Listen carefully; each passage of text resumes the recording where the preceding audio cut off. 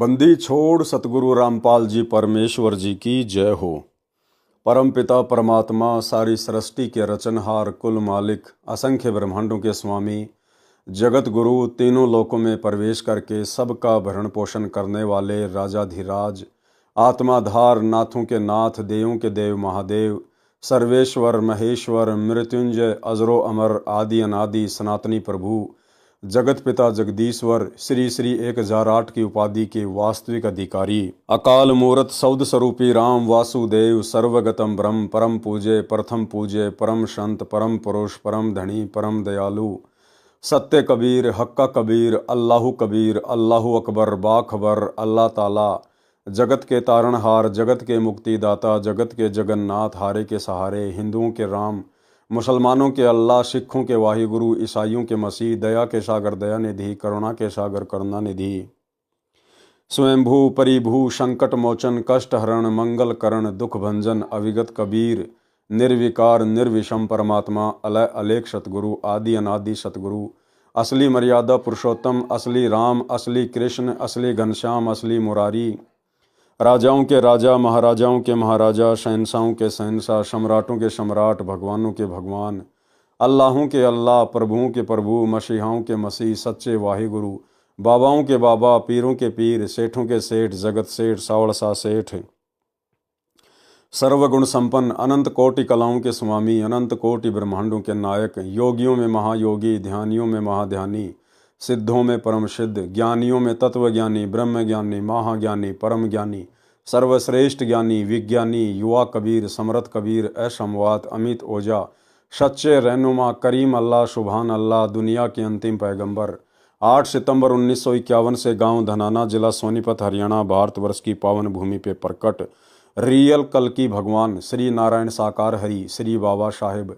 शब्द स्वरूपी राम, संत श्रोमणी सतगुरु रामपाल जी परमेश्वर जी के चरण कमल में साध संगति से जुड़े हुए देश विदेश से हम सभी सत्सेवक भाई बहनों का अनंत कोटि दंडवत प्रणाम। सत्साई भाई और बहनों, दया पूज्य गुरुदेव भगवान की, सतगुरु रामपाल जी परमेश्वर जी की, जिनके शुभ आशीर्वाद से, जिनकी विशेष वीआईपी कृपा से आप और हम सभी सत्सेवक भाई बहन साध संगति से जुड़कर गुरुदेव के अनमोल तत्व ज्ञान को आधार बनाकर अपनी आत्मा के कल्याण हेतु दृढ़ता के साथ भक्ति मार्ग पर आगे की ओर बढ़ रहे हैं। भाई और बहनों, पूज्य गुरुदेव भगवान के कर कमल से लिखित पवित्र पुस्तक मुक्ति बोध के ऊपर वीडियो बनाने की श्रृंखला जारी है। इसी श्रृंखला में आज हमारा ये 6 नंबर का वीडियो है। प्रत्येक वीडियो में गुरुदेव भगवान के आशीर्वाद से हमें अध्यात्म से संबंधित कुछ न कुछ नया सीखने को मिलता है और साथ ही पूज्य गुरुदेव जी के कर कमल से लिखित होने के कारण इस पवित्र पुस्तक मुक्ति बोध को पढ़ने और सुनने मात्र से भी हम ढेर सारे पुण्यों के भागी बनते हैं, क्योंकि ये स्वयं सिद्ध वाणियाँ हैं और परमपिता परमेश्वर जी के मुख कमल से उच्चारित हैं। तो भाई और बहनों, आज की कथा में गुरुदेव भगवान ने जिन वाणियों का जिक्र किया है उन वाणियों के तहत अजामेल भगत की कथा को शामिल किया है कि जो अजामेल था वो पिछले जन्म में कौन था, क्या साधना करता था, क्या उसका नाम था और किस प्रकार से फिर उसको आगे का जन्म मिला और फिर आगे के जन्म में कैसे परमात्मा ने भिन्न भिन्न वेश धारण करके उस आत्मा को अपनी शरण में लिया। तो चलिए बढ़ते हैं पूज्य गुरुदेव भगवान के कर कमल से लिखित पवित्र पुस्तक मुक्ति बोध में। पेज नंबर है 45। अजामेल के उद्धार की कथा। काशी शहर में एक अजामेल ब्राह्मण शराब पीता था, वैश्या के पास जाता था। वैश्या का नाम मेनका था, बहुत सुंदर थी। परिवार तथा समाज के समझाने पर भी अजामेल नहीं माना तो उन दोनों को नगर से निकाल दिया। वे उसी शहर से 1 मील यानी लगभग 1.5 किलोमीटर दूर वन में कुटिया बनाकर रहने लगे। दोनों ने विवाह कर लिया। अजामेल स्वयं शराब तैयार करता था, जंगल से जानवर मारकर लाए और मौज मस्ती करता था। विशेष, अजामेल पूर्व जन्म में विष्णु जी का परम भगत था, ब्रह्मचर्य का पूर्ण पालन करता था, साधक समाज में पूरी इज्जत थी। देखो भाई और बहनों, इस काल के षड्यंत्र को गुरुदेव भगवान ने किस प्रकार से समझाया है।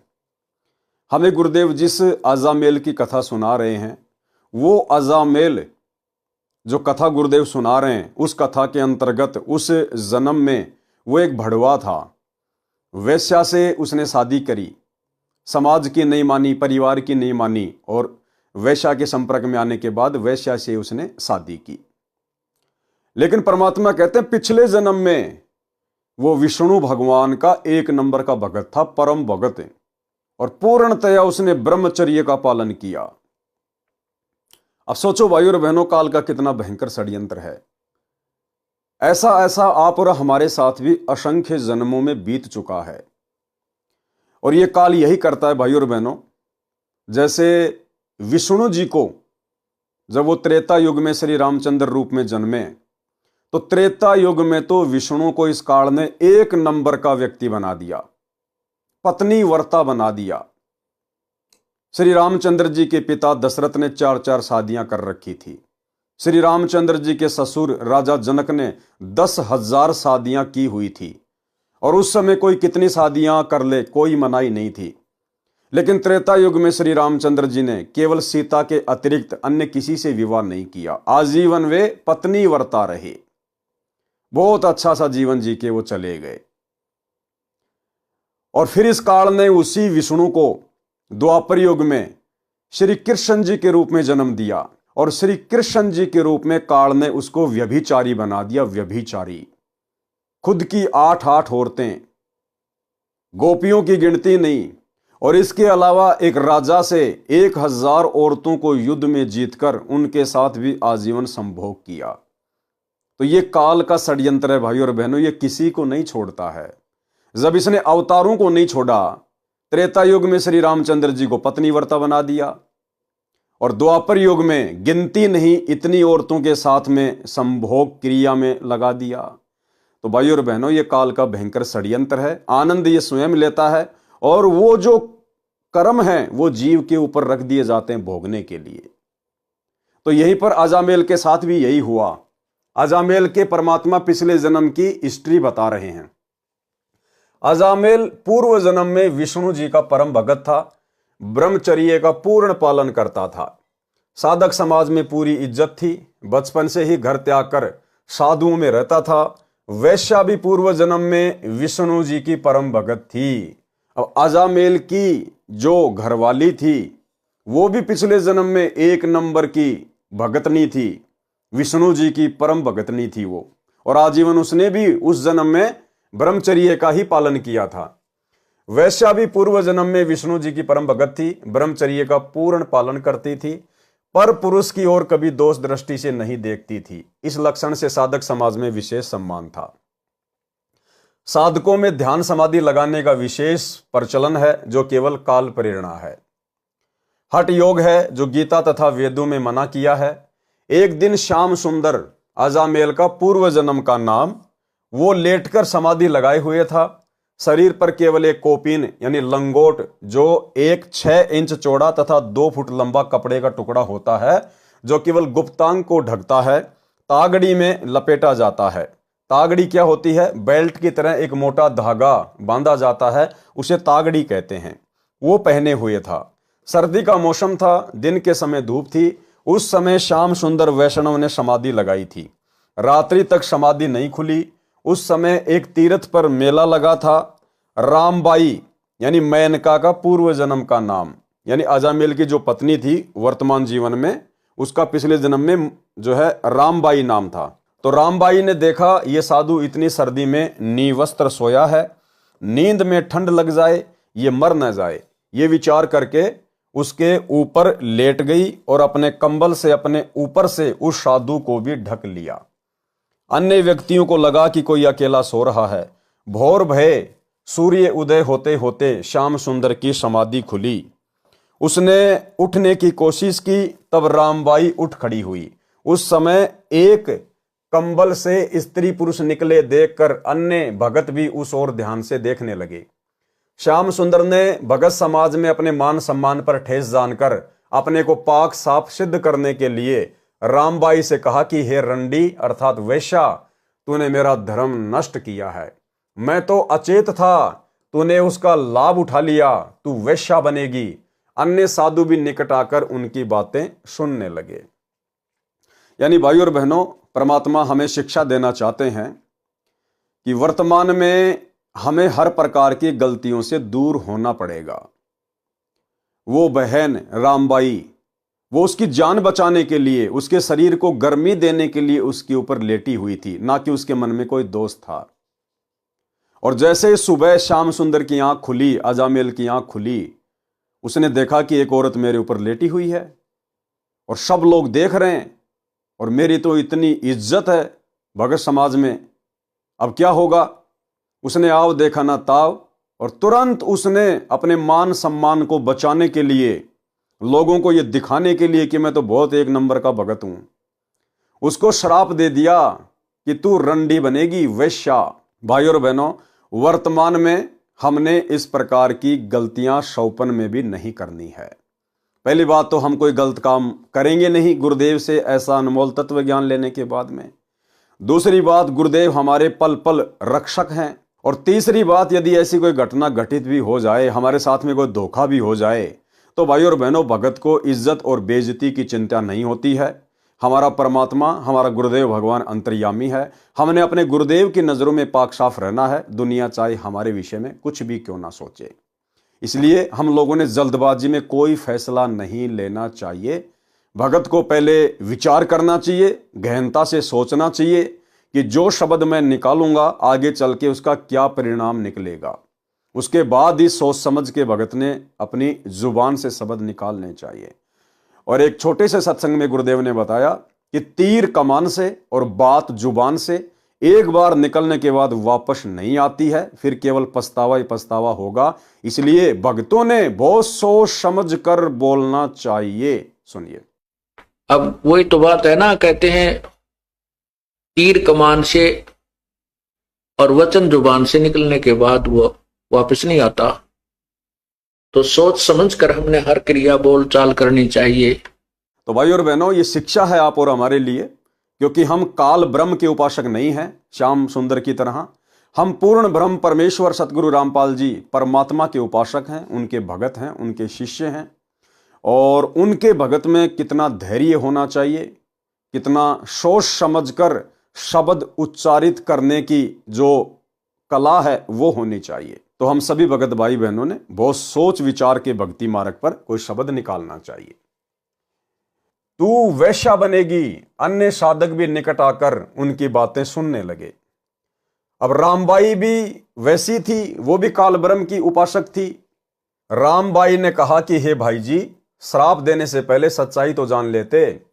आप निवस्त्र सर्दी में ठिठुर रहे थे, आप अचेत थे। आपके जीवन की रक्षा के लिए मैंने आपको ताप यानी गर्मी देने के लिए मैं आपके ऊपर लेटी थी। कंबल बहुत पतला है, चद्दर से भी पतला है, इसलिए मुझे इस पर विश्वास नहीं हुआ। एक बहन ने भाई की रक्षा के लिए यह बदनामी मोल ली है। आपने इसके फल में मुझे बद्दुआ यानी श्राप दिया है। सुन ले, तू अगले जन्म में भड़वा बनेगा, वैश्याओं के पास जाया करेगा। दोनों ने एक दूसरे को श्राप देकर अपनी भक्ति का नाश कर लिया। इसलिए परमात्मा कहते हैं भक्ति मार्ग में दुआ और बद्दुआ ये भगत के लिए जहर के समान है, जहर के समान। भाई हमें परमात्मा मिल गया, सर्वशक्तिमान भगवान मिल गया।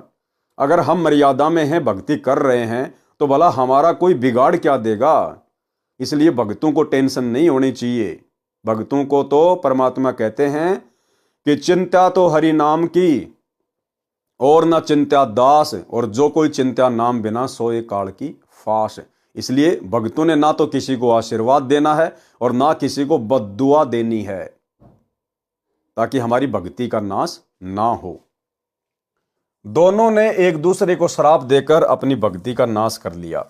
जब श्याम सुंदर को सच्चाई पता चली और अपना अंग देखा तो सुरक्षित था, तो रामबाई से बहुत हमदर्दी हो गई। अपनी गलती की क्षमा याचना की, विशेष प्रेम करने लगा, अधिक मोह हो गया। रामबाई भी श्याम सुंदर से विशेष प्यार करने लगी। वह प्यार एक मित्रवत था, परंतु मोह भी एक जंजीर अर्थात बंधन है। मृत्यु उपरांत दोनों का जन्म काशी नगर में हुआ। श्याम सुंदर का नाम अजामेल था, ब्राह्मण कुल में जन्म हुआ। रामबाई का जन्म भी ब्राह्मण कुल में हुआ, उसका नाम मेनका था। श्राप संस्कारवश चरित्रहीन हो गई। वैश्या बन गई, श्राप संस्कारवश अजामेल शराब का आदी हो गया। वैश्या मेनका के पास जाने लगा। दोनों को नगर से निकाल दिया गया। दोनों लगभग 40-45 वर्ष की आयु के हो गए थे। संतान कोई नहीं थी। परमेश्वर कबीर जी कहते हैं, गरीबदास जी ने बताया है, गोता मारूं स्वर्ग में, जा बैठूं पाताल, गरीबदास ढूंढत फिरूं हीरे माणिक लाल। कबीर भक्ति बीज विनसे नहीं, आय पड़े सो झोल, जय कंचन बिष्टा पड़े, घटे न ताका मोल। भावार्थ, कबीर परमेश्वर जी ने संत गरीबदास जी को बताया कि मैं अपनी अच्छी आत्माओं को खोजता फिरता हूं। यानी भाई और बहनों, परमात्मा सभी को नहीं खोजते हैं, सबके लिए परमात्मा सतलोक से चल के नहीं आते हैं। क्या कह रहे हैं कि मैं अपनी अच्छी आत्माओं को खोजता फिरता हूं। अच्छी आत्माओं को, ना कि आत्माओं को। परमात्मा कहते हैं, गोता मारूं स्वर्ग में, जा बैठूं पाताल, और गरीबदास ढूंढता फिरूं अपने हीरे मोती लाल। तो आप और हम भाई बहन अभी तक जो गुरुदेव भगवान की शरण में आ गए हैं, और विशेषकर जो भाई बहन साध संगति से जुड़ गए हैं, आप और हम उस परमेश्वर की विशेष आत्माएं हैं, विशेष। स्वर्ग, पृथ्वी तथा पाताल लोक में कहीं भी मिले मैं वहीं पहुंच जाता हूं। उनको पुनः भक्ति की प्रेरणा करता हूं। मनुष्य जन्म के भूले उद्देश्य की याद दिलाकर भक्ति करने को कहता हूं। वे अच्छी आत्माएं पूर्व के किसी जन्म में मेरी शरण में आई होती हैं, परंतु पुनः जन्म में कोई संत न मिलने के कारण वे भक्ति न करके या तो धन संग्रह करने में व्यस्त हो जाती हैं, या बुराइयों में फंसकर शराब मांस खाने पीने में जीवन नष्ट कर देती हैं, या फिर अपराधी बनकर जनता के लिए दुखदाई बनकर बेमौत मारी जाती हैं। देखो भाई और बहनों, शिक्षा लेने की आवश्यकता है। ऐसा किन आत्माओं के साथ में होता है? जो आत्माएं किसी जन्म में गुरुदेव भगवान की शरण में आ जाती हैं, लेकिन किसी कारण से पार नहीं हो पाती। अब पार नहीं हो पाती हैं तो जरूरी नहीं है कि जस्ट अगले जन्म में परमात्मा फिर अपनी शरण में ले लेंगे। ना जाने फिर युग बीत जाते हैं दोबारा से उस आत्मा को अपनी शरण में लेने में। और तब तक क्या होता है उस आत्मा के साथ में? कभी बेमौत मारा जाएगा, कभी वो अपराधी बनेगा, कभी चोर बनेगा, कभी एक्सीडेंट होगा, कभी भयंकर शराबी, कभी मांसाहारी, कर्म फोड़ेगा, कर्म बिगाड़ेगा। इसलिए भाई और बहनों, ये जो वर्तमान समय है, कलयुग की बिचली पीढ़ी, और गुरुदेव भगवान ने जो हमें अपनी शरण में ले लिया है, पूरा आध्यात्मिक ज्ञान दे दिया है, कर्म कुकर्मों की जानकारी दे दी, अगले पिछले सब जानकारी दे दी परमेश्वर ने। भाई और बहनों, यदि अब हम किसी भी कारण से इस कलयुग की बिचली पीढ़ी में रह जाते हैं, तो भाई और बहनों फिर हमारे साथ में यही बनेगी। भले हमारे को बारंबार मनुष्य जन्म मिलेगा, लेकिन उन मनुष्य जन्मों में शांति नहीं होगी। कभी हम चोर बनेंगे, कभी डकैत बनेंगे, कभी बहुत भयंकर अपराधी बनेंगे, लुटेरे बनेंगे, कभी एक्सीडेंट होगा, अंग भंग होगा, कभी हम जिंदा जलेंगे, मांसाहारी बन जाएंगे, शराबी बन जाएंगे, भयंकर अपने कर्म फोड़ेंगे, और अपना समय आगे से आगे हम बढ़ाते चले जाएंगे। इसलिए भाई और बहनों, अगर बात समझ में आई है तो इस कलयुग की बिचली पीढ़ी में आप और हम भाई बहनों का ये अंतिम मनुष्य जन्म होना चाहिए। अंतिम मनुष्य जन्म, अंतिम योनि, हमारा केवल एक ही टारगेट हो जाना चाहिए, केवल सतलोक, इसके अलावा कुछ नहीं। परंतु पुनः जन्म में कोई संत न मिलने के कारण वे भक्ति न करके या तो धन संग्रह करने में व्यस्त हो जाती हैं, या बुराइयों में फंसकर शराब मांस खाने पीने में जीवन नष्ट कर देती हैं, या फिर अपराधी बनकर जनता के लिए दुखदाई बनकर बेमौत मारी जाती है। उनको उस दलदल से निकालने के लिए मैं कोई न कोई कारण बनाता हूं।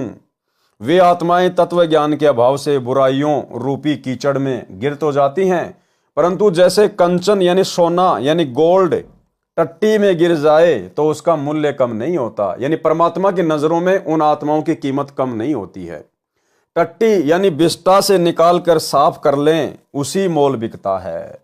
इसी प्रकार जो जीव मानव शरीर में एक बार मेरी यानी कबीर परमेश्वर जी की शरण में आ जाता है, इसी प्रकार जो जीव मानव शरीर में एक बार मेरी यानी कबीर परमेश्वर जी की शरण में किसी जन्म में आ जाता है, प्रथम द्वितीय या तीनों मंत्रों में से कोई भी प्राप्त कर लेता है, किसी कारण से नाम खंडित हो जाता है, मृत्यु हो जाती है तो उसको मैं नहीं छोड़ूंगा। क्या कहते हैं परमात्मा?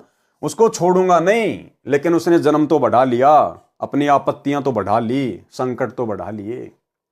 कलयुग में सब जीव पार होते हैं। यदि कलयुग में भी कोई उपदेशी रह जाता है तो सतयुग, त्रेता युग, द्वापर युग में उन्हीं की भक्ति से मैं बिना नाम लिए, बिना धर्म कर्म किए, आपत्ति आने पर अनोखी लीला करके रक्षा करता हूं। जैसे प्रहलाद भगत, ना वो परमात्मा की शरण में था त्रेता युग में, ना उसका गुरु तत्वदर्शी था, ना उसको भक्ति का पता था, ना वास्तविक भक्ति मंत्र था, लेकिन फिर भी परमेश्वर ने आपत्ति आने पर हर बार उसकी सहायता की। क्यों?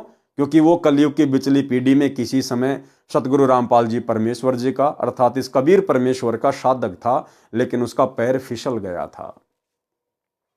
उसको फिर भक्ति पर लगाता हूं, उनमें परमात्मा के प्रति आस्था बनाए रखता हूं।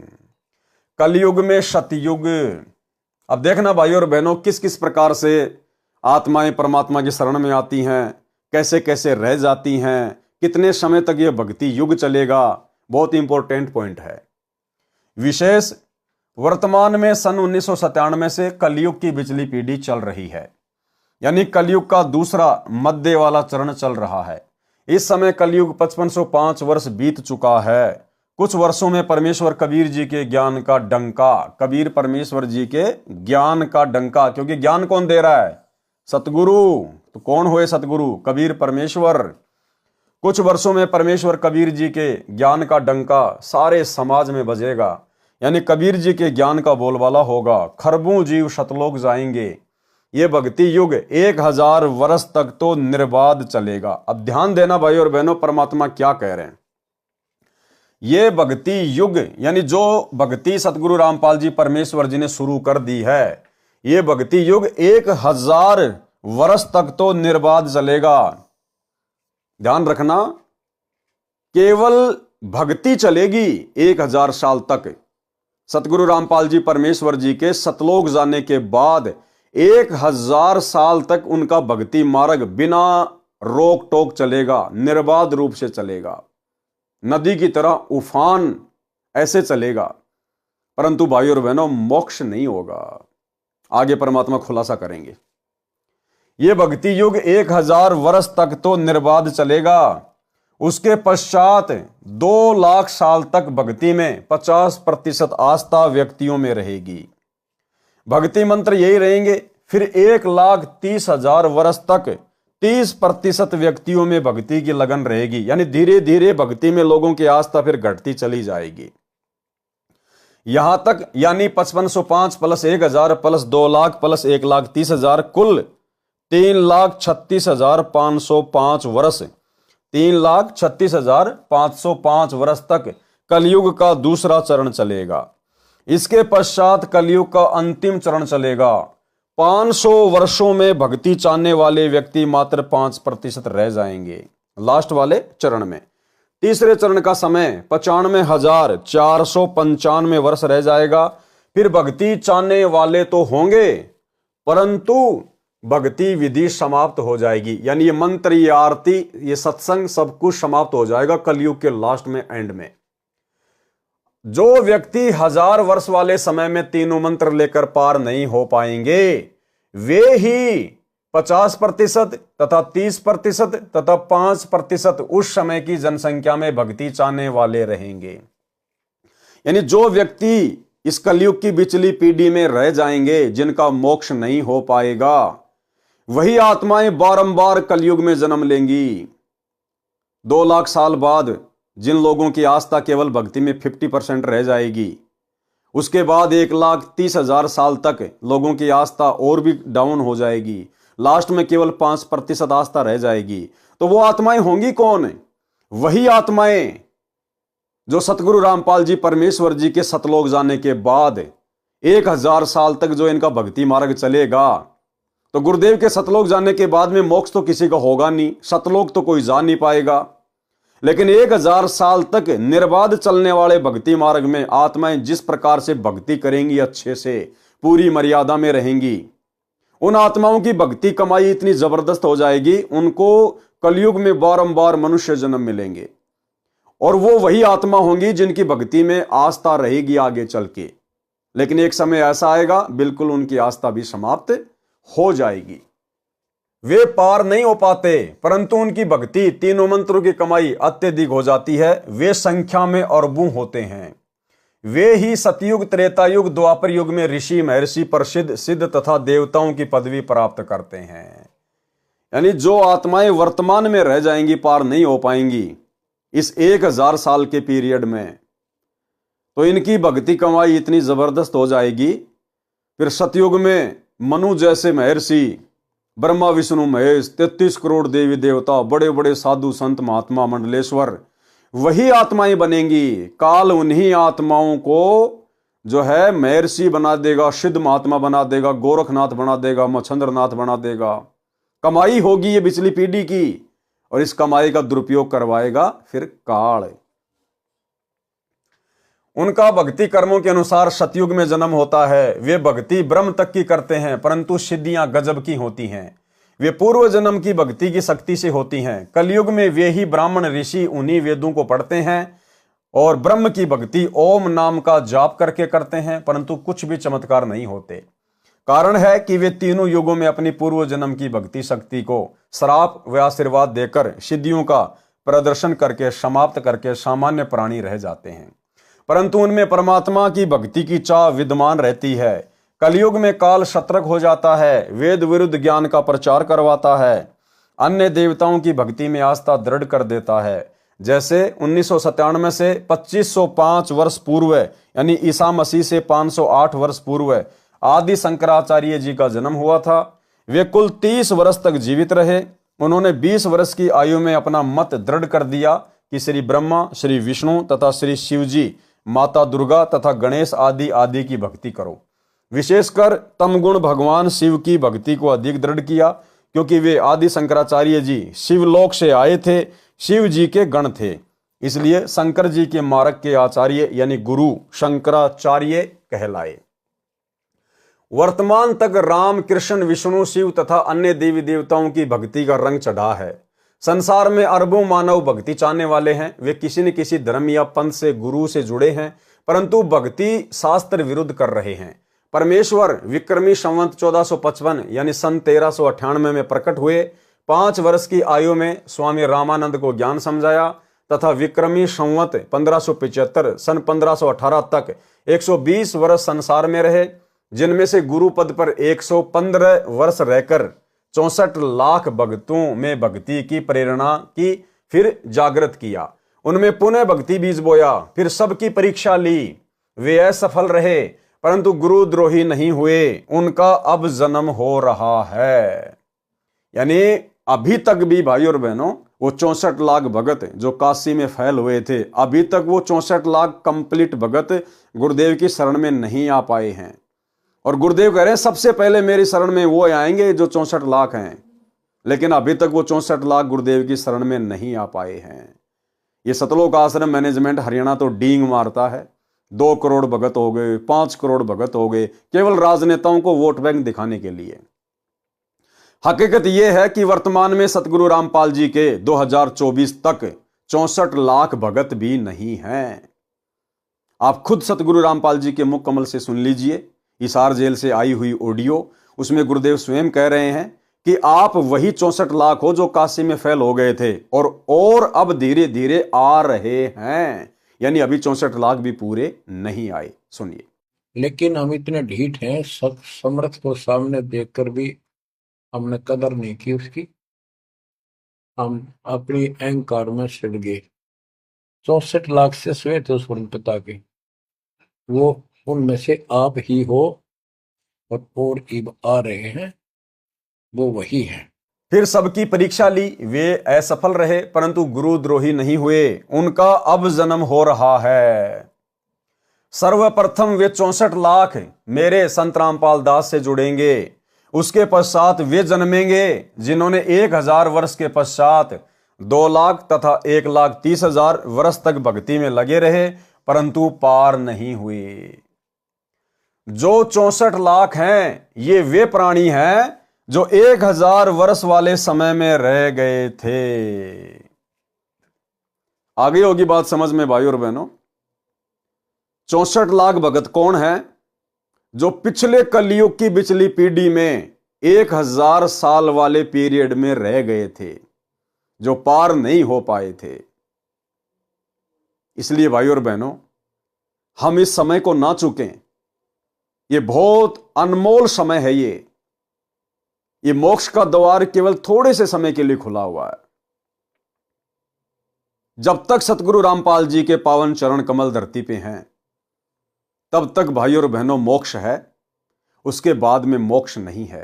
केवल फिर आपकी भक्ति बनेगी, कमाई बनेगी, आपके पुण्य बनेंगे, आप बारंबार मनुष्य जन्म प्राप्त करेंगे।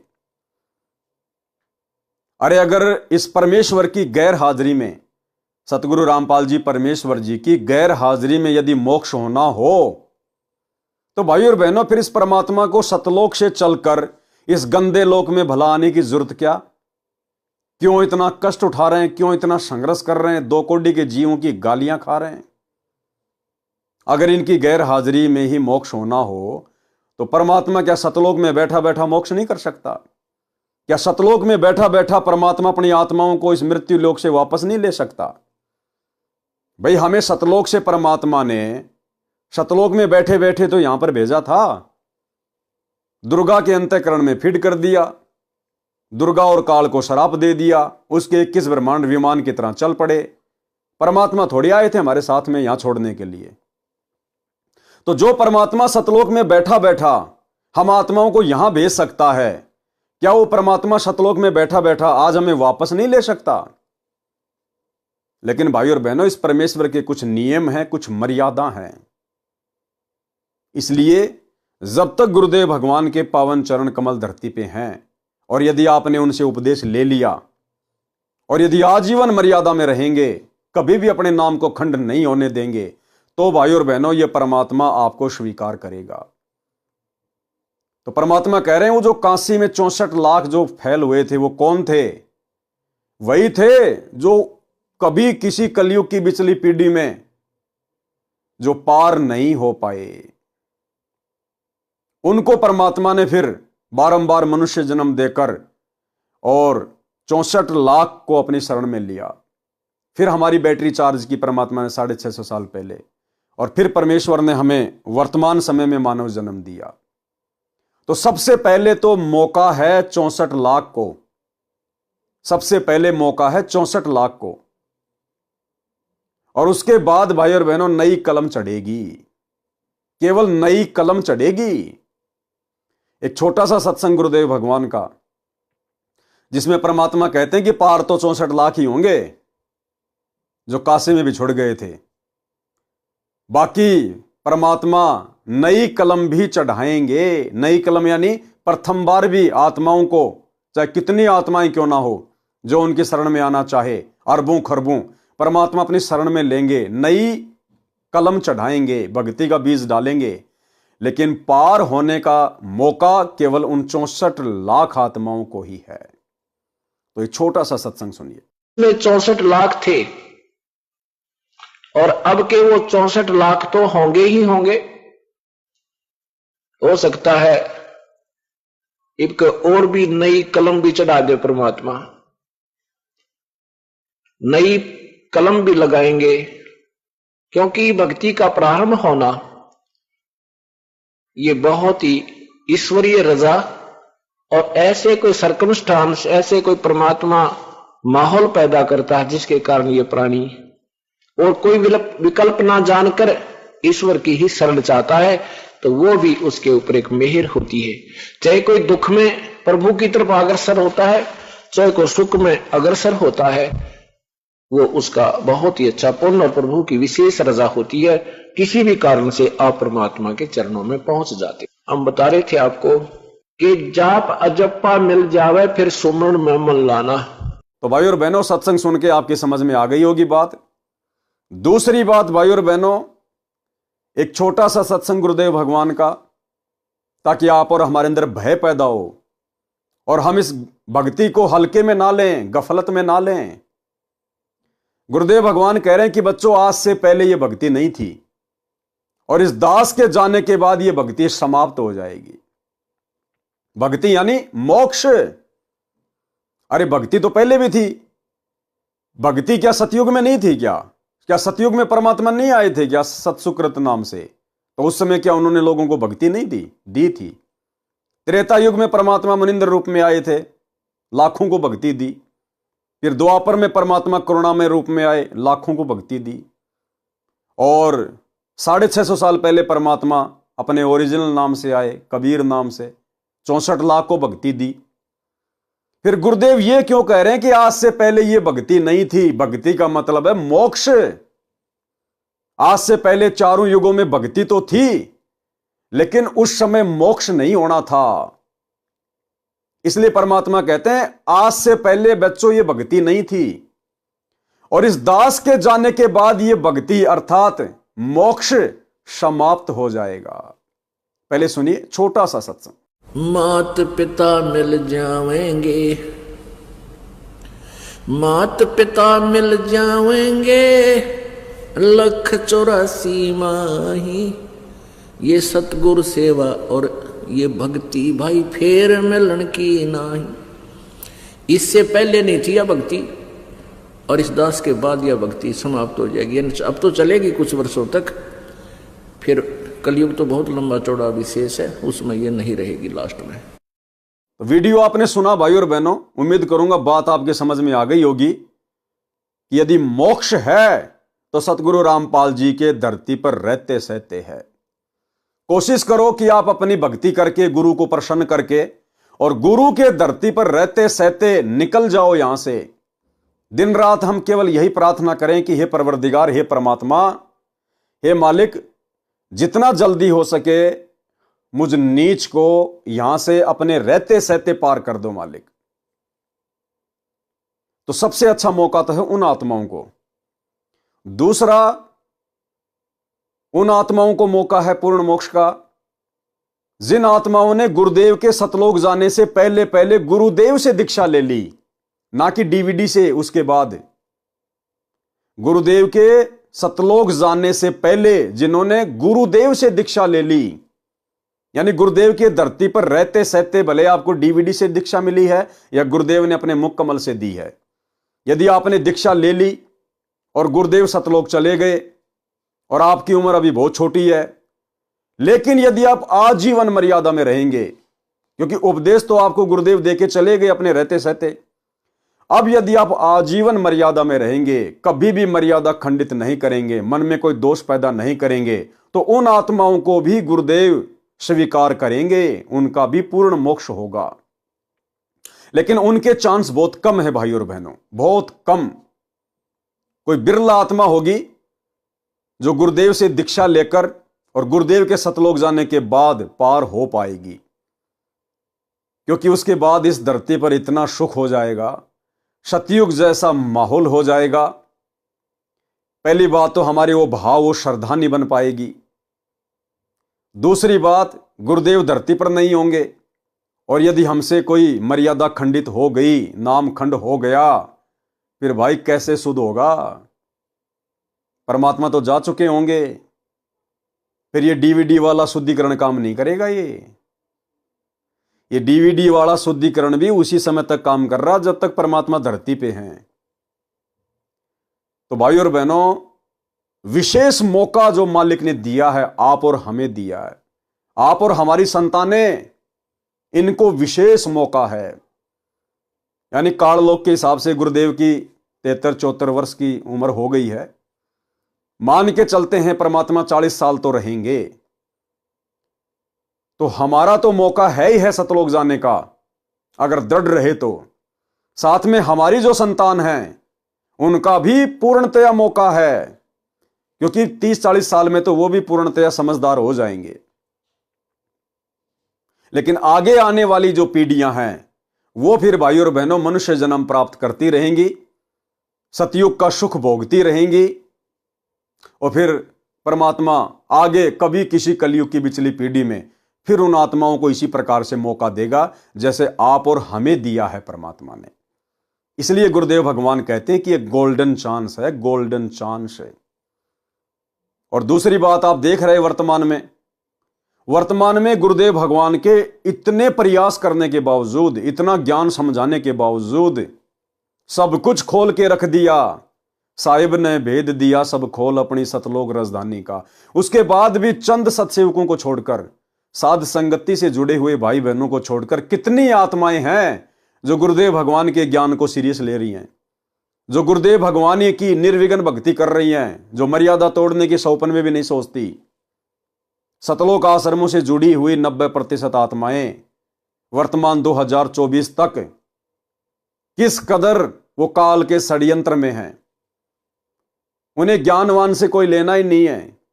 क्या है गुरुदेव की मर्यादा, क्या मिशन है गुरुदेव का, क्यों परमात्मा सतलोक से आए हुए हैं, हमें क्या करना है, उन्हें कुछ आभास ही नहीं है। पशु की तरह चलते हैं, पीछे से कोई डंडा मारने वाला होना चाहिए बस।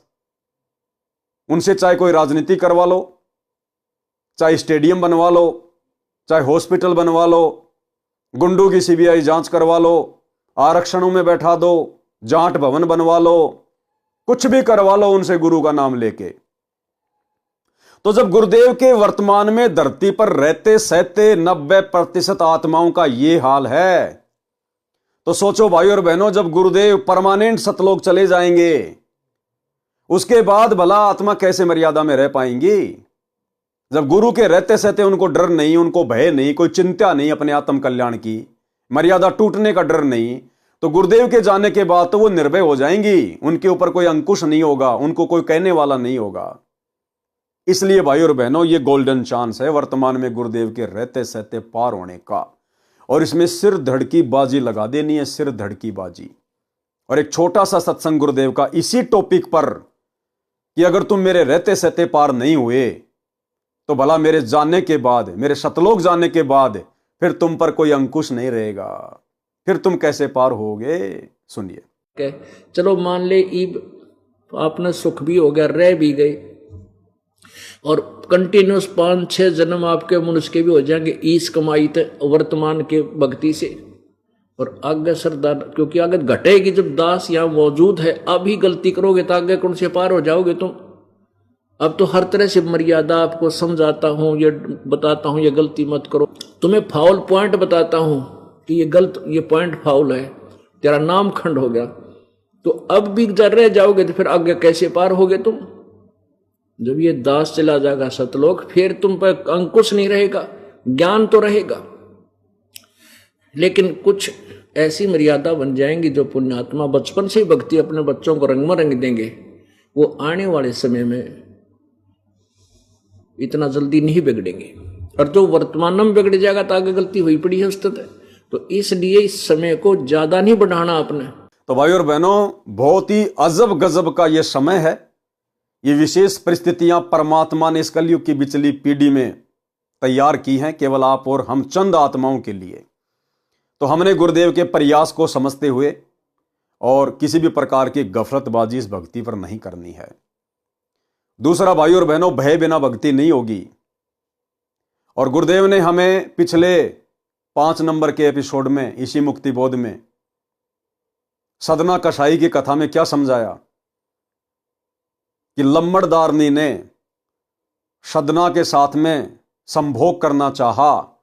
सदना ने मना कर दिया कि माई मैं बहुत दुखी हूं, आप तो लम्बड़दार की इज्जत हो, आपकी इज्जत पे दाग लगेगा, परमात्मा के दोषी बनोगी, मुझे माफ करो। तो लम्बड़दार ने सोचा कि ये लम्बड़दार को बताएगा, उससे पहले क्यों ना तू बता दे। तो उसने जाके लम्बड़दार के सामने रोना शुरू कर दिया और सदना के विषय में उल्टी सीधी बातें बोलनी शुरू कर दी कि ये मेरी इज्जत लूटना चाहता था। लम्बड़दार ने नवाब को सूचना दी, नवाब ने फरमान जारी कर दिया और सदना को मीनार में चिनवा दिया। और जैसे लोग सदना को मीनार में चिन के अपने अपने घर जाने लगे कि दम घुट घुट के मरेगा, उसी समय धमाका हुआ, विस्फोट हुआ। कुछ ईंटें नवाब के घर पे जाके गिरी, कुछ लम्बड़दार के घर पे जाके गिरी, और लम्बड़दारनी के दोनों जो स्तन थे वो कट के नीचे गिर गए। भयंकर पीड़ा, दर्द, चिल्लारी। अंत में उस लम्बड़दारनी ने अपनी गलती को सार्वजनिक करना पड़ा, सबके सामने सदना से माफी मांगनी पड़ी। तब जाकर धीरे धीरे उसके स्तनों का घाव भरा, लेकिन निशान फिर भी रह गए। यानी भाइयों और बहनों, संकेत है कि आने वाले समय में जो 1000 साल तक ये भक्ति मार्ग चलेगा और वर्तमान में जो शुरू हो चुका है, हम सबके ऊपर ये नियम समान रूप से लागू है। आने वाले समय में यदि सतगुरु रामपाल जी परमेश्वर जी के भक्ति मार्ग में यदि कोई गफलत करेगा, जानबूझ के बकवाद करेगा, कोई भयंकर मर्यादा तोड़ेगा, किसी की माता बहन के प्रति गंदी नजर रखेगा या छेड़खानी करेगा, शराब पिएगा, मांस खाएगा, व्यभिचार करेगा, चोरी डकैती करेगा, नियत खराब करेगा, तो उसके ऊपर भयंकर तरीके से कष्ट आएगा, जैसे लम्बड़दारनी के ऊपर आया, दोनों स्तन कट गए। और उस समय तक परमात्मा उस भगत को उस गलती से निजात नहीं देंगे, उसको माफ नहीं करेंगे, उस भगत को कोई राहत नहीं मिलेगी जब तक वो भगत अपनी गलती की भगत समाज में सार्वजनिक माफी नहीं मांगेगा। यानी आपने अगर किसी बहन बेटी से गलत व्यवहार किया है, छेड़खानी की है, तो ऑटोमेटिक सिस्टम चलेगा आपके ऊपर, ऑटोमेटिक आपके ऊपर आपत्तियां आनी शुरू होंगी, कष्ट आएंगे। और वो कष्ट आपके उसी समय मिटेंगे जब आप अपनी गलती को सार्वजनिक करेंगे कि भाई और बहनों, मेरे से तो ये गलती बन गई, मैंने तो इस बहन के प्रति ऐसा गलत सोचा और मैंने ये कुकर्म कर डाला। उसके बाद परमात्मा आपको राहत देगा, लेकिन वो दाग आजीवन आपके माथे पे लगा रहेगा। जैसे लम्बड़दारने के स्तन के घाव भर गए, लेकिन वो निशान रहे। तो भाई और बहनों, समझ जाओ, विशेषकर साध संगति से जुड़े हुए भाई बहन जिनको परमात्मा ने समझदार बना दिया, मोक्ष के योग्य बना दिया, अब आप और हमारी गलतियां माफ नहीं होंगी, बिल्कुल माफ नहीं होंगी। और यदि अब साध संगति से जुड़कर कोई भाई बहन गलती करेंगे तो भाई और बहनों, उनको विशेष परेशानियों के दौर से गुजरना पड़ेगा। और जब तक वो अपनी गलती को सार्वजनिक नहीं करेंगे, वीडियो बनाकर, क्योंकि सोशल मीडिया का जमाना है, जब तक वो अपनी गलती को सार्वजनिक नहीं करेंगे कि भाई मेरे से ये गलती बन गई, परमात्मा मुझे क्षमा करें, भगत समाज मुझे माफ करे, तब तक परमात्मा उसको राहत नहीं देगा। इसलिए गलतियां करने से ही बचें, अन्यथा भक्ति से जाओगे और इज्जत से जाओगे, भक्ति से भी और इज्जत से भी। और इसी संबंध में भाई और बहनों, गुरुदेव ने एक सत्संग में कथा सुनाई कि एक व्यक्ति ने ऐसा ही कोई जुर्म कर दिया और सजा के तौर पर उसको कहा गया कि या तो 100 कोड़े खा ले या फिर 100 प्याज खा ले। तो उस व्यक्ति ने सोचा क्यों ना मैं प्याज खा लेता हूं, कोड़े में तो दर्द होगा। तो उसने प्याज खाना शुरू कर दिया, 10, 15, 20 प्याज खाई, आगे नहीं खाई गई। तो बोला भैया कोड़े खा ले। फिर उसने कोड़े भी खाए। यानी पहले तो उसने प्याज खाना शुरू किया कि मैं बच जाऊंगा, लेकिन 100 प्याज थोड़ी खाई जाती हैं। बोला भाई साहब नहीं खाई जा रही। तो बोला भैया कोड़े खा ले। फिर उसने कोड़े भी खाए, यानी डबल सजा भुगती उसने, डबल सजा। अगर पहले वो कोड़े खा लेता तो प्याज खा के पेट खराब करने की कहां आवश्यकता थी। तो इसी प्रकार भाई और बहनों, आने वाले समय में डबल डबल सजा भुगतनी पड़ेगी अगर सतगुरु रामपाल जी भगवान के भगत अगर गलती करेंगे तो, क्योंकि धरती पर इनके भक्तों के अलावा और कोई रहेगा भी नहीं। 2028 युग परिवर्तन का समय है, जितनी भी जनसंख्या बचेगी वो केवल इन्हीं की भक्ति करेगी, डर के मारे। ज्ञान आधार से तो केवल वर्तमान में जुड़ रहे हैं, आगे आने वाले समय में कोई मोक्ष के लिए नहीं जुड़ेगा, कोई ज्ञान को समझ के नहीं जुड़ेगा। जब सामने मौत दिखाई देगी उस समय केवल अपनी जीवन रक्षा के लिए। तो भाई और बहनों, परमात्मा की विशेष मेहर है आप और हमारे ऊपर। समय रहते हम समझ जाएं, इन उदाहरणों को अपने जीवन में अमल कर लें, अन्यथा डबल सजा के भागी होंगे। अगर कोई गलती हमने कर दी तो मोक्ष से भी जाएंगे और सर्व समाज के सामने बेइज्जत भी होना पड़ेगा। इसलिए हम गलतियां करने से बचें। सर्वप्रथम वे 64 लाख मेरे यानी संत रामपाल दास से जुड़ेंगे। उसके पश्चात वे जन्मेंगे जिन्होंने 1000 वर्ष के पश्चात 2 लाख तथा 1,30,000 वर्ष तक भक्ति में लगे रहे, परंतु पार नहीं हुए। जो 64 लाख हैं ये वे प्राणी हैं जो 1000 वर्ष वाले समय में रह गए थे। क्योंकि भैया सुख इतने हो जाएंगे, आपकी आस्था नहीं बनेगी, वो श्रद्धा नहीं बनेगी जो आज है गुरुदेव भगवान के प्रति, और ना वो डर ना वो भय होगा जो आज है। इसलिए जो उस 1000 साल के समय में रह जाते हैं, फिर उनको परमात्मा जब धर्मराज के दरबार में वो खड़े होते हैं, विशेष विनती करते हैं, उस समय परमात्मा उनको वहां से छुड़वा के फिर मिनी सतलोक में बैठा देता है। परंतु धर्मराज के दरबार में अधिक विलाप किया कि हमने तो सतलोक जाना है। परमात्मा कबीर जी गुरु रूप में प्रकट होकर उनको धर्मराज से छुड़वा कर मिनी सतलोक में ले गए थे। उनका जन्म अपने आने के यानी कलयुग में विक्रमी संवत 1455 के समय के आसपास दिया था, जो अभी तक मानव जीवन प्राप्त करते आ रहे हैं। कैसे होगा कलयुग में सतयुग? अब देखो भाई और बहनों, ये संकेत ही होते हैं। आज विज्ञान अपनी चरम सीमा पे है। ये वैज्ञानिक अपने आप को भगवान से कम नहीं समझते, और ये इंटरनेट वगैरह, टेलीविजन, मोबाइल, थोड़ी बहुत ही विज्ञान टेक्नोलॉजी, ये सुख सुविधा प्राप्त करके और थोड़ी बहुत कोई शिक्षा प्राप्त करके आदमी अपने आप को भगवान से बहुत दूर ले जा चुका है कि कोई भगवान नहीं, कोई परमात्मा नहीं, सब अपने आप ही बनता है, अपने आप ही नष्ट होता है। कहां है भगवान? दिखाओ भगवान। अब परमेश्वर क्या संकेत कर रहे हैं कि ये जो युग परिवर्तन का समय है 2028, उसके बाद में ये विज्ञान भी रुक जाएगी, थम जाएगी। अब इससे ज्यादा परमात्मा को विज्ञान की आवश्यकता नहीं है। जो जो उपकरण परमात्मा ने बनवाने थे, जो जो आविष्कार करवाने थे, वो करवा दिए परमात्मा ने, और काल ने जमकर उनका दुरुपयोग भी करवा लिया। अब परमात्मा आगे इनका सदुपयोग करवाएगा। अब विज्ञान आगे तेज गति से नहीं बढ़ेगी। आज जिस प्रकार से ये दुनिया भौतिकवाद की चक्काचौंध में फंसी हुई है, आधुनिकीकरण में विकास के नाम पर विनाश का सामान तैयार करके बैठी है, बारूद के ढेर पे दुनिया बैठी है, माचिस लगाने की देर है। तो ये परमेश्वर आने वाले समय में इस विज्ञान को भी नष्ट करेंगे। नष्ट करने का मतलब केवल इतना ही रखेंगे जो हमारी भक्ति में किसी प्रकार से बाधा उत्पन्न ना कर सके। आज जिस प्रकार से बड़ी बड़ी फैक्ट्रियां, कल कारखाने, उद्योग वगैरह, परमात्मा इन सबको सीमित कर देंगे।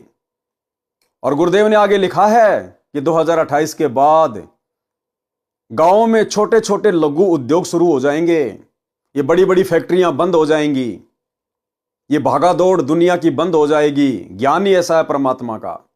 आदमी की अंदर से जो भौतिक इच्छाएं वो समाप्त हो जाएंगी। आज भौतिक इच्छाओं के कारण तो इंसान दिन रात गधे और बैल की तरह कमा रहा है, 24 घंटे भाग रहा है। तो आने वाले समय में इस ज्ञान से, और कुछ आपस में जो युद्ध होंगे, लड़ाइयां होंगी, उनमें भी परमात्मा इस विज्ञान का काफी हद तक सत्यानाश करवा देंगे। और उसके बाद बिल्कुल आदमी नॉर्मल जीवन जिएगा। गुरुदेव कह रहे हैं हाथ से सिले हुए लोग कपड़े पहना करेंगे। हाथ से सिले हुए, जैसे गांव में जो ये टेलर वगैरह होते हैं, ऐसे ही नॉर्मल उद्योग हो जाएंगे। ये फैक्ट्रियां वगैरह बंद हो जाएंगी। बर्तन वगैरह भी गांव में बनेंगे, मिट्टी के या फिर ये स्टील वगैरह के। और छोटे छोटे काम शुरू हो जाएंगे। जैसे कुम्हार पहले अपने मटके वगैरह बनाया करता था, वैसे छोटे छोटे कार्य शुरू हो जाएंगे फिर वापस। ये विज्ञान की चक्काचौंध, ये काफी हद तक परमात्मा इसको समाप्त कर देंगे। बहुत नॉर्मल और सात्विक जीवन हो जाएगा। जो लोग धन संचित करने में लगे रहेंगे, पैसे को ज्यादा महत्व देंगे, उनकी कोई इज्जत नहीं होगी। और जो लोग नॉर्मल जीवन जिएंगे, भक्ति को महत्व देंगे, समाज में उनकी इज्जत होगी। तो क्या कह रहे हैं परमात्मा? आने वाले समय में कैसा वातावरण होगा, कैसे होगा कलयुग में सतयुग, यानी 1000 साल के लिए परमात्मा किस प्रकार से व्यवस्था सेट करेंगे। वर्तमान में सन 1997 से 3000 ईस्वी तक, यानी 1997 फिर 2000, उसके 1000 साल आगे यानी 3000 ईस्वी तक पुनः सतयुग जैसा वातावरण, आपसी प्रेम का माहौल बनेगा। फिर से फलदार वृक्ष तथा छायादार वृक्ष लगाए जाएंगे। फैक्ट्रियां धुआं रहित हो जाएंगी। फैक्ट्रियां धुआं रहित हो जाएंगी। आज जैसे डीजल से चल रही हैं, लाइट से चल रही हैं, कोयले से चल रही हैं, दुनिया भर के आइटम बनाए जाते हैं, मार्केट में बेच दिए जाते हैं, पटक दिए जाते हैं बना बना के। तो आने वाले समय में धुआं रहित फैक्ट्रियों का मतलब बहुत सीमित हो जाएगा काम, बहुत सीमित। फिर बंद हो जाएंगी, फिर उसके कुछ समय बाद में वो फैक्ट्रियां भी बंद हो जाएंगी, जब गांव गांव में लोग छोटे छोटे काम धंधे अपने शुरू कर देंगे, जैसे 60-70 साल पहले हुआ करते थे। फिर बंद ही हो जाएंगी। लोग हाथ से बने कपड़े पहनेंगे, मिट्टी या स्टील के बर्तन प्रयोग करेंगे, जो छोटे कारखानों में मानव चालित यंत्रों से तैयार होंगे। फैक्ट्रियों में नहीं बनेंगे, मशीनों से नहीं बनेंगे। इंसान बनाएगा अपने हाथों से, जैसे लोहार अपने हाथों से औजार बनाता है, और जो चर्मकार होता है जो अपने हाथों से जूतियां बनाता है, चप्पल बनाता है। इस प्रकार के छोटे छोटे काम धंधे हर जगह शुरू हो जाएंगे, गांव गांव में। फैक्ट्रियां बंद हो जाएंगी धीरे धीरे, भागादौड़ लोगों की कम हो जाएगी, पैसे के पीछे भागना लोग ऑटोमेटिक बंद कर देंगे। छोटे छोटे कारखाने में मानव चलित यंत्रों से तैयार होंगे, जो मानव संचालित अहरण की तरह चलेंगे। पशुधन बढ़ेगा, सब मानव मिलकर पूरी पृथ्वी को उपजाऊ बनाने में एकजुट होकर कार्य करेंगे। उपजाऊ कैसे बनेगी? लोग यूरिया का उपयोग बंद कर देंगे, पेस्टिसाइड्स का उपयोग बंद कर देंगे, परमात्मा की भक्ति करेंगे। तो देना तो परमात्मा ने है, परमात्मा तो बंजर जमीन में दे दे। तो जब लोगों को ज्ञान होगा इस बात का, भक्ति मार्ग से जुड़ेंगे, क्यों हम जहर क्यों खाएं, क्यों जहर का भोग अपने भगवान को लगाएं, क्यों हम दुनिया को खिलाएं। आदमी यूरिया और पेस्टिसाइड्स का प्रयोग ही बंद कर देगा। जैसे वर्तमान में सतसेवक भाई बहनों ने यूरिया डालना और कीटनाशक का प्रयोग बिल्कुल बंद कर दिया, चाहे फसल हो या ना हो। और क्यों नहीं होगी? सतगुरु की शरण में, समर्थ की शरण में है। वो तो बिना जमीन के दे दे, बिना बीज के दे दे, फिर हम तो उसकी शरण में, उसके भगत हैं। परमात्मा सब कुछ देगा। पशुधन बढ़ेगा, सब मानव मिलकर पूरी पृथ्वी को उपजाऊ बनाने में एकजुट होकर कार्य करेंगे। कोई धनी व्यक्ति अहंकारी नहीं होगा, वह अधिक धन दान में देगा। जो अधिक धन संग्रह करेगा उसे मूर्ख कहा जाएगा। उसको ज्ञान समझाकर सामान्य जीवन जीने की प्रेरणा दी जाएगी, जिसको वह स्वीकार करेगा। सामान्य जीवन जीने वाले और भक्ति दान धर्म करने वालों की प्रशंसा हुआ करेगी। पश्चिमी देशों यानी अमेरिका, इंग्लैंड आदि आदि वाली सभ्यता समाप्त हो जाएगी। स्त्री पुरुष पूरे वस्त्र पहना करेंगे, सुख में जीवन जिएंगे, एक दूसरे की सहायता अपने परिवार की तरह करेंगे। कलयुग में सतयुग 1000 वर्ष तक चलेगा। अब देखो भाई और बहनों, ध्यान से देखना, कलयुग में सतयुग 1000 वर्ष तक चलेगा। केवल सतयुग जैसा माहौल चलेगा, 1000 साल तक ये भक्ति मार्ग चलेगा, सतयुग जैसा वातावरण होगा, लेकिन मोक्ष नहीं होगा। मोक्ष तो जब तक गुरुजी हैं तब तक होगा। शब्दों को ध्यान से समझिएगा, क्या कह रहे हैं परमात्मा। कलयुग में सतयुग 1000 वर्ष तक चलेगा। क्या चलेगा? सतयुग चलेगा। अच्छा माहौल हो जाएगा, बढ़िया खान पान हो जाएगा, समय पे वर्षा होगी, दोबारा से लोगों की जीवन शैली सुधरेगी। लेकिन मोक्ष नहीं होगा भाई और बहनों। मोक्ष तो जब तक सतगुरु धरती पे हैं तब तक ही गोल्डन चांस है। कलयुग में सतयुग 1000 वर्ष तक चलेगा। इसका 50% प्रभाव 2 लाख वर्ष तक तथा 30% प्रभाव 1,30,000 वर्ष तक रहेगा। अंत के 95,495 वर्षों में 95% व्यक्ति कृतघ्नी मर्यादाहीन दुष्ट हो जाएंगे, कच्चा मांस खाने लगेंगे। ये लास्ट की बातें हैं। उम्र बहुत कम यानी 20 वर्ष रह जाएगी। मानव की लंबाई 2 से 3 फुट तक रह जाएगी। 5 वर्ष की लड़की को बच्चा पैदा होगा। 80% व्यक्ति 15 वर्ष की आयु में मर जाया करेंगे। फिर एकदम पृथ्वी पर बारिश से पानी पानी हो जाएगा। जो अच्छे व्यक्ति 5% बचेंगे। और कौन बचेंगे वो 5%? जो इस कलयुग की पिछली पीढ़ी में गुरुजी के रहते सहते पार नहीं हो पाएंगे। वही शेष कुछ तो कल्कि यानी निकलंक अवतार मार देगा, जो विष्णु का अवतार आएगा लास्ट में। कुछ बाढ़ में मर जाएंगे। बचे हुए व्यक्ति ऊंचे स्थानों पर निवास करेंगे, पहाड़ों पे। पृथ्वी पर 100 फुट पानी हो जाएगा। धीरे धीरे पानी सूखेगा। पृथ्वी पर पेड़ यानी वन उगेंगे। फिर जमीन उपजाऊ होगी। कलयुग के अंत में धरती का 3 फुट नीचे तक उपजाऊ वन समाप्त हो जाएगा। पानी के कारण वह जहर पृथ्वी से बाहर पानी के ऊपर आएगा। पृथ्वी फिर से उपजाऊ होगी और पुनः सतयुग की शुरुआत होगी। फिर पुनः सतयुग, त्रेता, द्वापर, फिर इन युगों की शुरुआत होगी। अजामेल की शेष कथा। अब आगे परमात्मा उस अजामेल की कथा का ले रहे हैं। एक दिन नारद जी काशी में आए तथा किसी से पूछा कि मुझे अच्छे भगत का घर बताओ, मैंने रात्रि में रुकना है, मेरा भजन बने, उसको सेवा का लाभ मिले। उस व्यक्ति ने मजाक सूझा और कहा कि आप सामने कच्चे रास्ते जंगल की ओर जाओ, वहां एक बहुत अच्छा भगत रहता है। भगत तो एकांत में ही रहते हैं ना, आप कृपया जाओ। लगभग 1 मील आधा कोस दूर उसकी कुटिया है। गर्मी का मौसम था, सूर्य अस्त होने में 1.5 घंटा शेष था। नारद जी को द्वार पर देखकर मेनका अति प्रसन्न हुई, क्योंकि प्रथम बार कोई मनुष्य उनके घर आया था, वह भी ऋषि। पूर्व जन्म के भक्ति संस्कार अंदर जमा थे, उन पर जैसे बारिश का जल गिर गया हो, ऐसे एकदम अंकुरित हो गए। मेनका ने ऋषि जी का अत्यधिक सत्कार किया, कहा कि न जाने कौन से जन्म के शुभ कर्म आगे आए हैं, जो हम पापियों के घर भगवान स्वरूप ऋषि जी आए हैं। ऋषि जी के बैठने के लिए एक वृक्ष के नीचे चटाई बिछा दी, उसके ऊपर मृगछाला बिछाकर बैठने को कहा। नारद जी को पूर्ण विश्वास हो गया कि वास्तव में ये पक्के भगत हैं, बहुत अच्छा समय बीतेगा। कुछ देर में अजामेल आया और जो तीतर खरगोश मारकर लाया था वह लाठी में टांग कर आंगन में प्रवेश हुआ। अपनी पत्नी से कहा कि ले रसोई तैयार कर। सामने ऋषि जी को बैठे देखकर दंडवत प्रणाम किया और अपने भाग्य को सराहने लगा। कहा कि ऋषि जी, मैं स्नान करके आता हूं, तब आपके चरण चंपी करूंगा। यह कहकर अजामेल निकट के तालाब पर चला गया।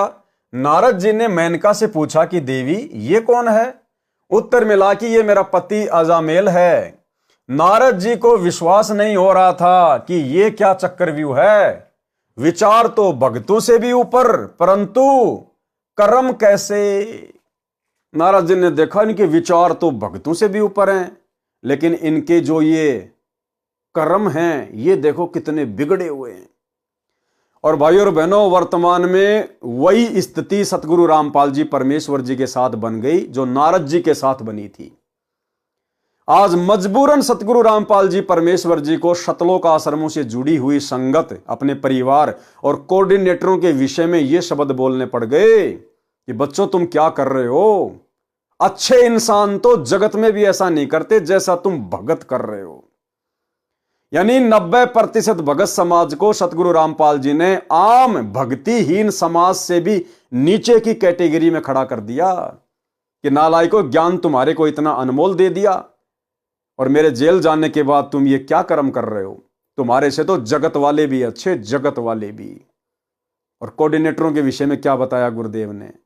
अपनी गुरु बहनों के साथ में अश्लील हरकतें कर रहे हैं और गुरुदेव कह रहे हैं तुम्हें थोड़ा सा सुख होते ही पक्के एजेंट काल के बन जाते हो। तो नारद वाली सतगुरु रामपाल जी परमेश्वर जी के साथ बनी हुई है। सुनिए सत्संग। विचार करना होगा कि हम कौन है, कहां से आए। आपस में खेचातानी रखते हो अभी भी भगत हो गए। अच्छे इंसान तो जगत वाले भी ना करते ऐसा जैसे भगत कर रहे हैं। अच्छे इंसान तो जगत वाले भी ना करते ऐसा जैसे भगत कर रहे हैं। अच्छे इंसान तो जगत वाले भी ना करते ऐसा जैसे भगत कर रहे हैं। किसी को छोटी सी सेवा दे देते, कोऑर्डिनेटर बना दिया, उन्होंने सोचा मैं खुदा बन गया। अरे इतना शिक्षा तो बने। मजदूर बनो सीखो, मजदूर।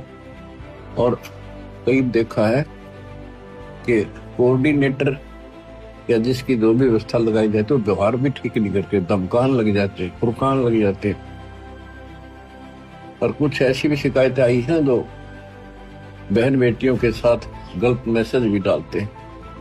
तो वो दुष्ट लोग ना तो कोऑर्डिनेटर के योग्य है, ना वो भगत के योग्य। और कुछ ऐसी भी शिकायतें आई हैं जो बहन बेटियों के साथ गलत मैसेज भी डालते हैं।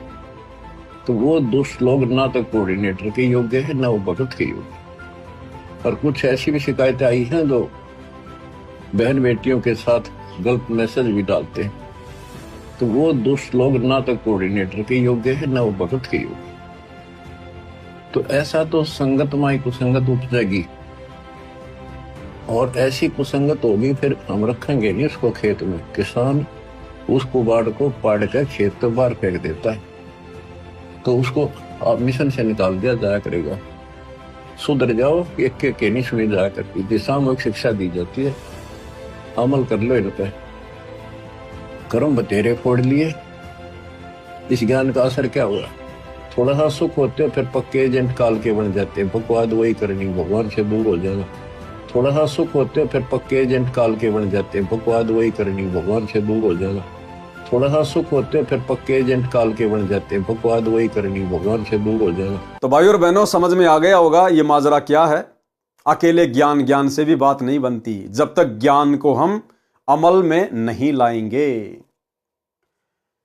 उत्तर मिला कि ये मेरा पति अजामेल है। नारद जी को विश्वास नहीं हो रहा था कि ये क्या चक्रव्यूह है। विचार तो भक्तों से भी ऊपर, परंतु कर्म कैसे? नारद जी ने कहा कि देवी सच सच बता, माजरा क्या है। शहर में मैंने पूछा था कि किसी अच्छे भगत का घर बताओ, तो आपका एकांत स्थान वाला घर बताया था। आपके व्यवहार से मुझे पूर्ण संतोष हुआ कि सच में भक्तों के घर आ गया हूं। ये मांसाहारी आपका पति है तो आप भी मांसाहारी हैं।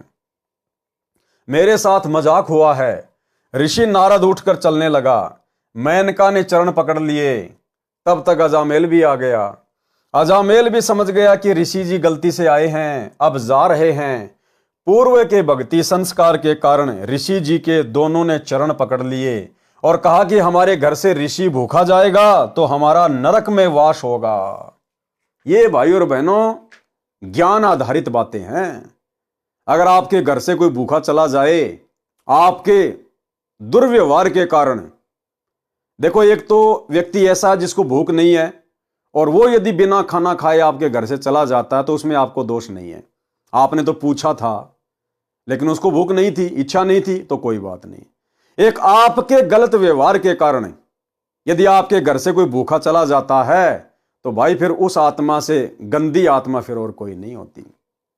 और भाई और बहनों, दुर्भाग्य सतलोक आश्रम मैनेजमेंट हरियाणा का, गुरुदेव के कलयुगी परिवार का, इन कोऑर्डिनेटरों का, इन लोगों ने साध संगतियां रुकवा के कितनी बड़ी आफत मोल ली है। साध संगतियां यानी सतगुरु रामपाल जी परमेश्वर जी का सच्चा मार्ग, जहां पर आत्माएं अपने गुरु को परमात्मा मानकर भोग लगाती हैं, मर्यादा में रहकर भक्ति करती हैं, पूरी पूरी रात ज्ञान आधार से चर्चा करती हैं, सतगुरु की महिमा का गुणगान करती हैं।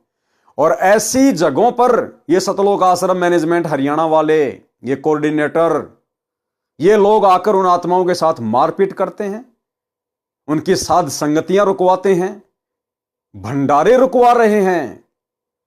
दिल्ली में तो भाई और बहनों इन्होंने पुलिस वालों को शराब पिलाकर और सत्सेवक भाई बहनों के साथ भयंकर तरीके से मारपीट करवाई। किसी को भंडारा भी नहीं करने दिया। गुरुजी की भोग की आरती के बीच में इन्होंने भक्तों को मारना पीटना शुरू कर दिया। बेचारे भगत रातों रात वहां से निकले। कुछ एक को ये थाने में ले गए, जबरदस्ती मार पिटाई करी। सोचिए भाई और बहनों, इन दुष्टों के साथ में जो अपने आप को भगत भी कहते हैं, इनके साथ में आने वाले समय में क्या बनेगी? तो ये भक्ति नियम है, भक्ति विधान है। पूर्व के भक्ति संस्कार के कारण ऋषि जी के दोनों ने चरण पकड़ लिए और कहा कि हमारे घर से ऋषि भूखा जाएगा तो हमारा नरक में वास होगा। ऋषि जी, आपको हमें मारकर हमारे शव के ऊपर पैर रखकर जाना होगा। नारद जी ने कहा कि आप तो अपराधी हैं, तुम्हारा दर्शन भी अशुभ है। अजामेल ने कहा कि हे स्वामी जी, आप तो पतितों का उद्धार करने वाले हो, हम पतितों का उद्धार करें, हमें कुछ ज्ञान सुनाओ, हम आपको कुछ खाए बिना नहीं जाने देंगे। नारद जी ने सोचा कि कहीं ये मलेच्छ यही काम तमाम ना कर दें, यानी मार ना दें। ये तो बेरहम होते हैं। बड़ी संकट में जान आ गई। कुछ विचार करके नारद जी ने कहा कि यदि कुछ खिलाना चाहते हो तो प्रतिज्ञा लो कि कभी जीव हिंसा नहीं करेंगे, मांस शराब का सेवन नहीं करेंगे। दोनों ने एक सुर में हां कर दी। सौगंध है गुरुदेव, कभी जीव हिंसा नहीं करेंगे, कभी शराब मांस का सेवन नहीं करेंगे। नारद जी ने कहा कि पहले ये मांस दूर डाल कर आओ और शाकाहारी भोजन पकाओ। तुरंत अजामेल ने वह मांस दूर जंगल में डाला। मेनका ने कुटिया की सफाई की, फिर पानी छिड़का, चूल्हा लिपा। अजामेल बोला कि मैं शहर से आटा लाता हूं, मेनका तुम सब्जी बनाओ। नारद जी की जान में जान आई। भोजन खाया। गर्मी का मौसम था। एक वृक्ष के नीचे नारद जी की चटाई बिछा दी। स्वयं दोनों बारी बारी सारी रात पंखे से हवा चलाते रहे। नारद जी बैठकर भजन करने लगे। फिर कुछ समय पश्चात आंखें खुली तो देखा कि दोनों अडिग सेवा कर रहे हैं। नारद जी ने कहा कि आप दोनों भक्ति करो, राम का नाम जाप करो। दोनों ने कहा कि ऋषि जी भक्ति नहीं कर सकते, रुचि ही नहीं बनती, और कोई सेवा बताओ। परमेश्वर कबीर जी ने कहा है कि कबीर पिछले पाप से हरि चर्चा ना सुहावे, कह ऊंगे के उठ चले, कह और बात चलावे। तुलसी पिछले पाप से हरि चर्चा ना भावे, जैसे जवर के वेग से भूख विदा हो जावे। भावार्थ, जैसे जवर यानी बुखार के कारण रोगी को भूख नहीं लगती, वैसे ही पापों के प्रभाव से व्यक्ति को परमात्मा की चर्चा में रुचि नहीं होती। या तो सत्संग में ऊँघने लगेगा या कोई अन्य चर्चा करने लगेगा, उसको श्रोता बोलने से मना करेगा तो उठकर चला जाएगा। यही दशा अजामेल तथा मेनका की थी। नारद जी ने कहा कि हे अजामेल, एक आज्ञा का पालन अवश्य करना। आपकी पत्नी को लड़का उत्पन्न होगा, उसका नाम नारायण रखना। ऋषि जी चले गए। अजामेल को पुत्र प्राप्त हुआ, उसका नाम नारायण रखा। इकलौते पुत्र में अत्यधिक मोह हो गया। जरा भी इधर उधर हो जाए तो अजामेल अरे नारायण आजा बेटा करने लग जाता। ऋषि जी का उद्देश्य था कि यह कर्महीन दंपत्ति इसी बहाने परमात्मा को याद कर लेगा तो कल्याण हो जाएगा।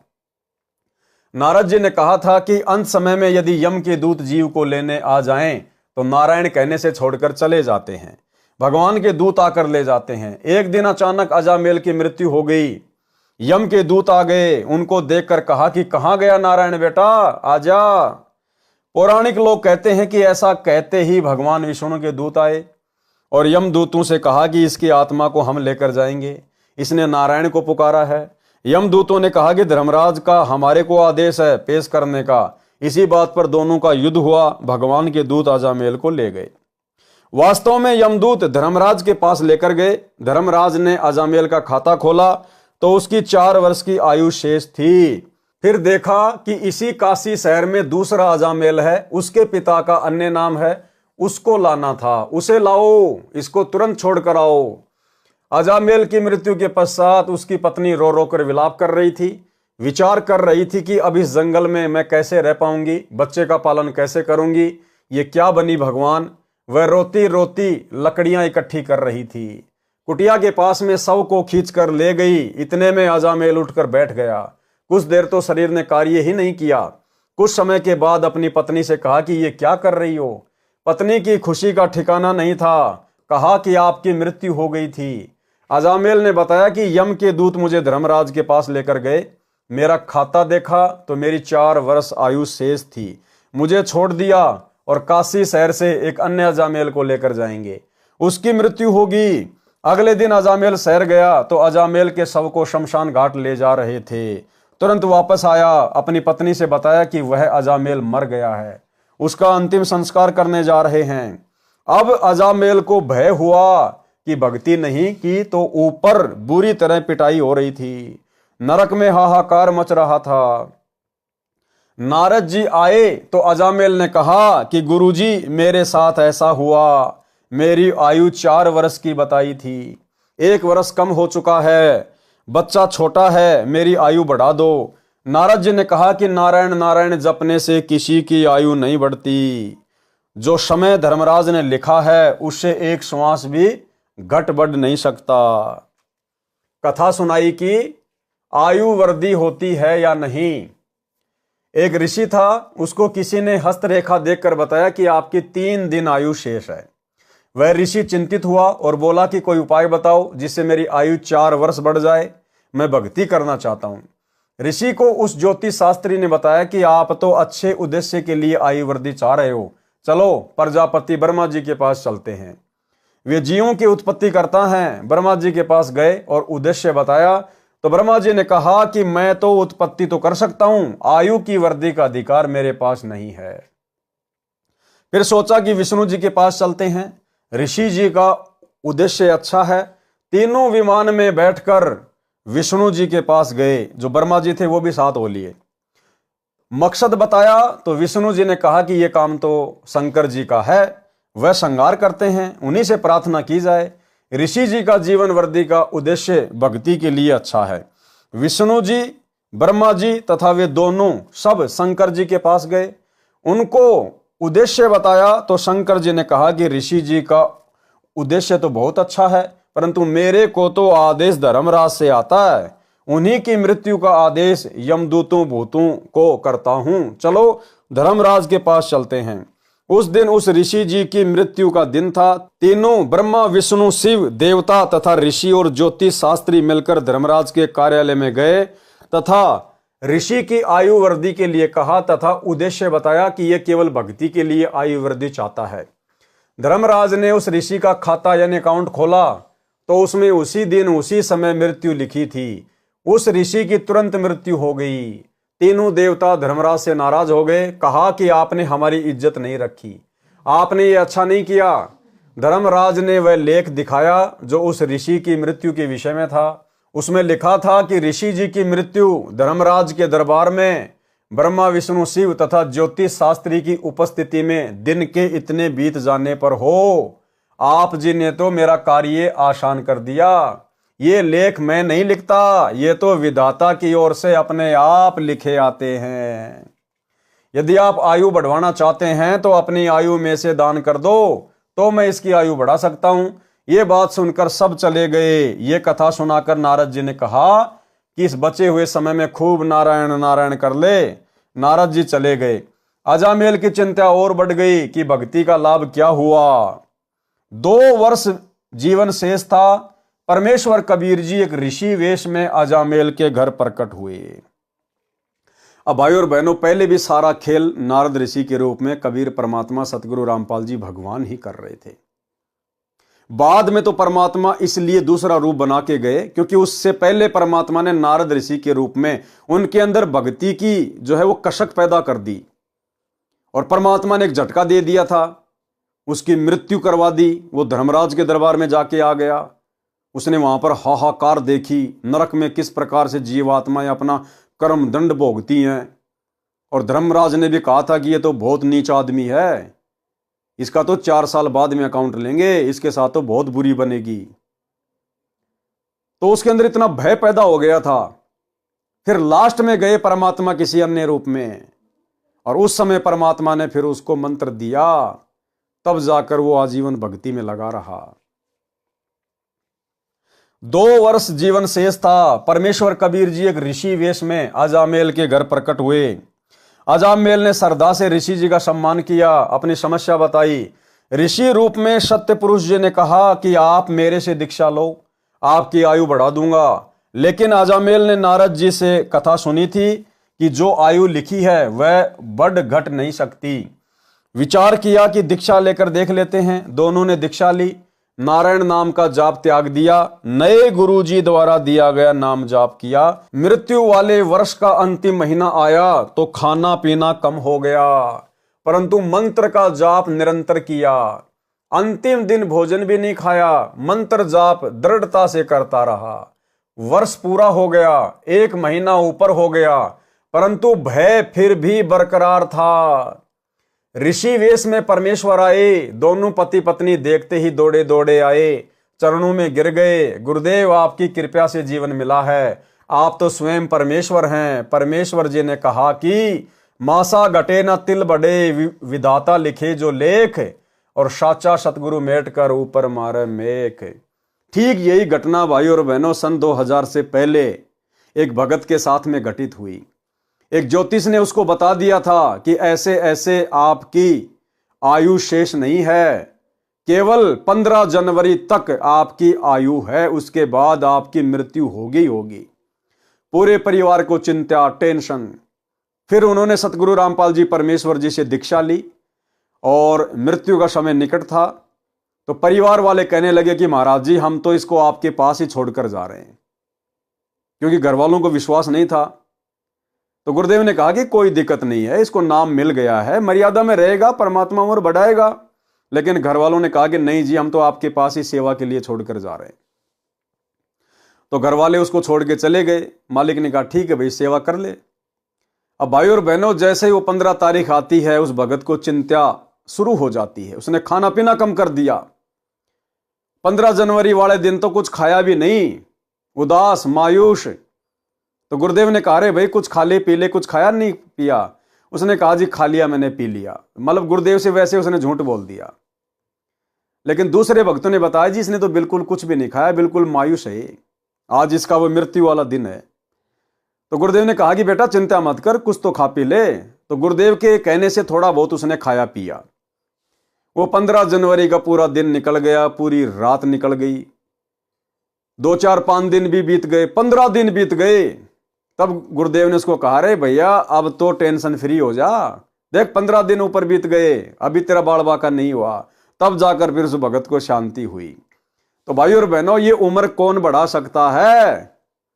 अरे ब्रह्मा विष्णु महेश के कहने से धर्मराज ने भी 1 सेकंड के लिए उस लड़के की उम्र नहीं बढ़ाई और कहा कि भैया मेरे हाथ में कुछ नहीं है, ये तो ऊपर से मेरे पास में लेख आते हैं, मैं तो उसके अनुसार सारा कार्य करता हूं। तो धर्मराज के पन्नों में वो लेख कौन देता है? सभी जीवात्माओं के ये कर्मों का हिसाब कौन रखता है? परमेश्वर कबीर जी, सतगुरु रामपाल जी। और आज साक्षात ये परमात्मा धरती पे प्रकट है।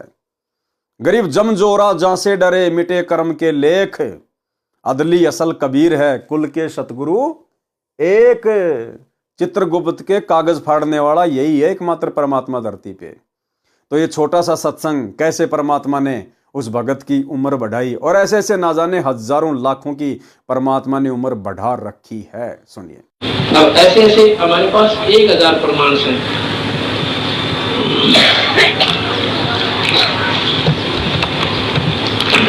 ये भगत जी मिस्त्री राज है। कृष्ण सनोप गंगाराम गांव करोथा में हमारा ही आश्रम भी बन गया, बाद में बना है। इसको इतना भयंकर रोग हो गया, इसने 6 मैं बोला कि बात सुनो, बंदी छोड़ भगवान की शरण में विधिवत लाओ उसको और नाम दिवाओ। और पहले उसने नाम लिया था, पर बीच में उसने अपना वो साधना छोड़ दी मारे वाली, और लग गया करने। फिर उसको कुछ तकलीफ होगी बाद में, तो मैं बोला उसको दोबारा तो उपदेश लेना पड़ेगा। वो दोनों इतनी फूट फूट कर रोने लगी, वो लड़का भी रोने लग गया छोटा सा। जो बोले जी छोरा, जो बोला विक्रम तक मेरा पिताजी मरेगा और मन करनी मुझसे उठानी पड़ेगी माई को, पेट को नहीं खाते। लोग कहेगा जी मारा भी कालजा बैठ गया, कितना बुरी तरह रोया, हम दोनों के दोनों घर पे। मैं बोला भी उसको लाओ यहाँ पे, और अपना दिल रखने खातिर मैंने उनको भाई साथ कामना अपने कबीर भगवान के आधार पर दी कि वे चिंता ना करें, ये नहीं मरेगा। पर न्यों को दिल डटे हैं, न्यों कहते हैं, मैंने उसको खूब कहा भी नहीं मरेगा, तू चिंता ना करे, मेरे पे लिखवा ले जाए, यूं मर जाते। मैंने यहाँ तक कह दिया, पर कोई ना बेटा मेरा जो बोली जी आपके साथ छोड़ना कि 15 जनवरी 1999 3 हाथ रेखाएं देखने वालों ने धरती के 15 जनवरी के बाद ऐसा जीवन नहीं है। अब हम उन हाथ देखने गड़ा पक्का माने, उसने जो कह दिया फाइनल है। अब 3 ने कह दिया, एक ने भी कोई ना, फिर गुंजाइश भी नहीं रहती, बात भी सच्ची से। पर कबीर साहब के अंदर हो सकती है कर्म की रेख न बदल दे, जब आत्मा तो इसके तरनाम रो आदमी पड़ करे, लल्लो पत्तो करनी है कि कोई ना सुने।